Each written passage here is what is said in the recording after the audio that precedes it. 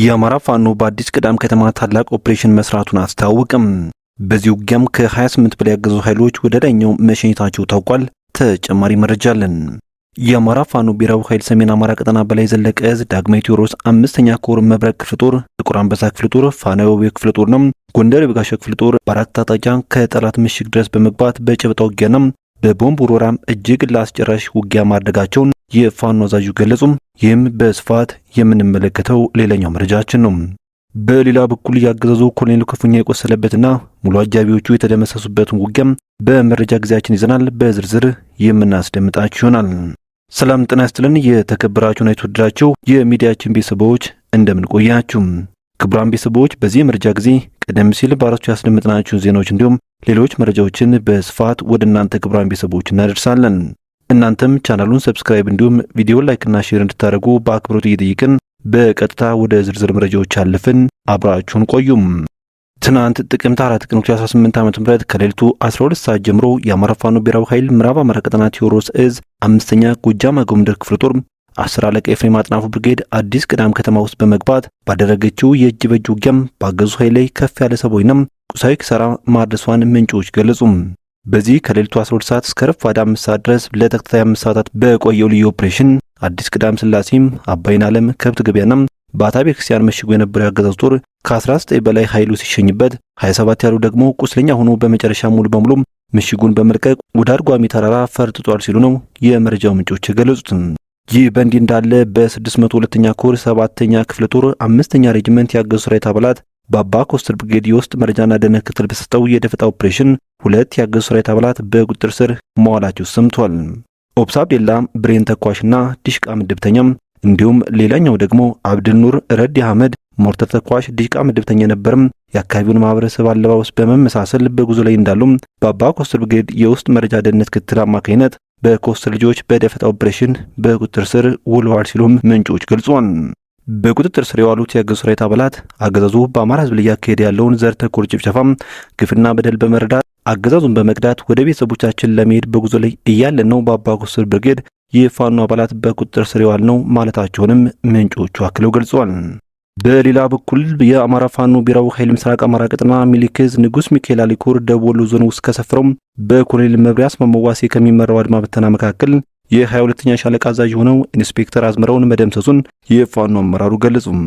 ከደቡብ ወሎ ዞን መቀመጫ ደሴ ከተማ በስተምዕራብ ከሚገኙት 11 ወረዳዎች አንዷ የሆነችው ማርሳይንት ወረዳ መቀመጫ ደንሳ ከተማ ውስጥ ሰሞኑን በተከታታይ ለ3 ቀናት የንጉስ ሚካኤል አሊኮር ሰራዊት የማጥቃት እርምጃ ወስዶ የጠላት ኃይል መደምሰሱም ማቁሰልና መበታተኑ የተገለጸ ሲሆን ኮሩ ካቀፋቸው ክፍለ ጦሮች መካከል የአማራ ሳይንት መቅደላ ክፍለ ጦር፣ መብረቅ ክፍለ ጦርና ኢንጂነር ደሳለኛ አሰፋ ክፍለ ጦር የተወሰኑ አህዶች በውጭጭም ወደ መሃል ሳይንት የላኩት ኃይል ከፍተኛ የጦር ሜዳ ጀብዱም ፈጽሞ ከአድማ ብተና ሻለቃ አዛዥ በተጨማሪም የኮሎኔል መብሪያስ መዋሴ አጃቢ የሆነ ስናይፐር ተኳሽ እንዲሁም ሄኖክ የተባለ 22ኛ ሻለቃ ዘመቻ መሪና 3 የብልጽግና አመራሮችን ከበርካታ ያገዙ ሰራዊት አባላት ጋር መደምሰሱን እዙ አስታውቋል።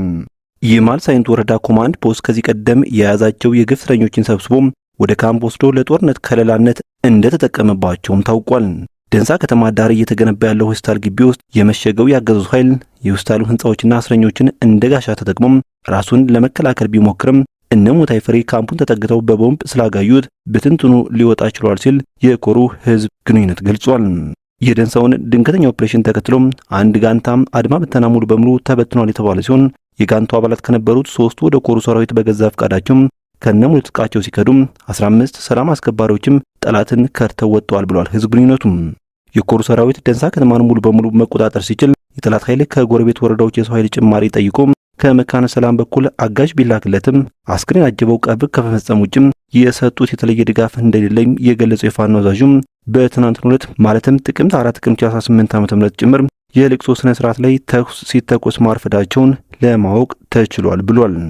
የደንሳውን ኦፕሬሽን የመሩት የምኒልክ ዕዝ ምክትል ዘመቻ መሪም ኮሎኔል ፈንታው መኩየም፣ የዙ ምክትል ወታደር አዛዥ ሻለቃ ሀብታሙ ደምሴም፣ የንጉስ ሚካኤል አሊኮር አዛዥ ሻለቃ ብነው ታደሰም፣ የባለሽርጡ ክፍለ ጦር ወታደራዊ አማካሪ ሻለቃ ክንዱ ሰውነት፣ የባለሽርጡ ክፍለ ጦር ዘመቻ መሪ መቶ አለቃ ታደሰ አስፋው እንዲሁም የንጉስ ሚካኤል አሊኮር ወታደር አዛዥ ፋኖ አበበ መኩሪያና የኮሩ ዘመቻ መምሪያ ኃላፊም ፋኖ ጌትነት ሲሆኑም በኮሩ ስር ካሉት ክፍለ ጦሮች መካከል ከ3 የተውጣጣ ኃይል በመያዝ ታላቅ የጦር ሜዳ ጀብዱም መፈጸም ተችሏልም ተብሏል። በተለይ የ2ኛ ሻለቃ አዛዥ ኢንስፔክተር አዝመራውና ሄኖክ የተባሉ የሻለቃው ዘመቻ መሪ መደምሰሳቸው የጠላት ኃይልና አጣብቂኝ ውስጥ ከቶት የተበተኑትም ተመልሰው ወደ ካምፕ አለመግባታቸውና አድራሻቸው መጥፋቱን ነው ከአፋባ ምስራቅ አማራ ቀጠና ምኒልክ ዕዝ ያገኘውን መረጃም የሚያሳየው። በሌላ መረጃችን ዳግማዊ ቴዎድሮስ 5ኛ ኮር ያገዙ ወታደራዊ ማዘዣ ቦታ የሆነችውን ደጎማ ከተማን ከበባ ውስጥ በማስገባት በጠላት ላይ የማያዳግም እርምጃ መውሰዱን አስታወቀም። ትናንት ጥቅምት 4 ቀን 2018 ዓ.ም ከጠዋቱ 12 ሰዓት ጀምሮ የአፋባ ሰሜን አማራ ቀጠና በላይ ዘለቀ ዕዝ ዳግማዊ ቴዎድሮስ 5ኛ ኮር መብረቅ ክፍለ ጦር፣ ጥቁር አንበሳ ክፍለ ጦር፣ ፋናዮቤ ክፍለ ጦርና ጎንደር ቢጋሻው ክፍለ ጦር ነብዩ አሳምነው ብርጌድ ጋር በጋራም በአራት አቅጣጫ ከጠላት ምሽግ ድረስ በመግባት በጨበጣ ውጊያና በቦምብ ውርወራም እጅግ አስጨራሽ ውጊያ ማድረጋቸውን ምንጮች ገልጸዋል።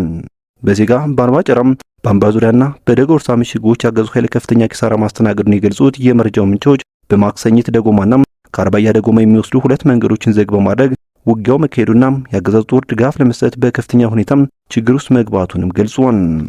የተወደዳችሁ ቤተሰቦች ለሰዓቱ የነበሩን መረጃዎች እነኝን ይመስሉ ነበር። በቀጣይ በሌሎች ዜናዎች እንዲሁም ጥቆማዎች እስከምንገናኝ በያላችሁበት የዓለም ጫፍ በሰላም ቆዩኝ።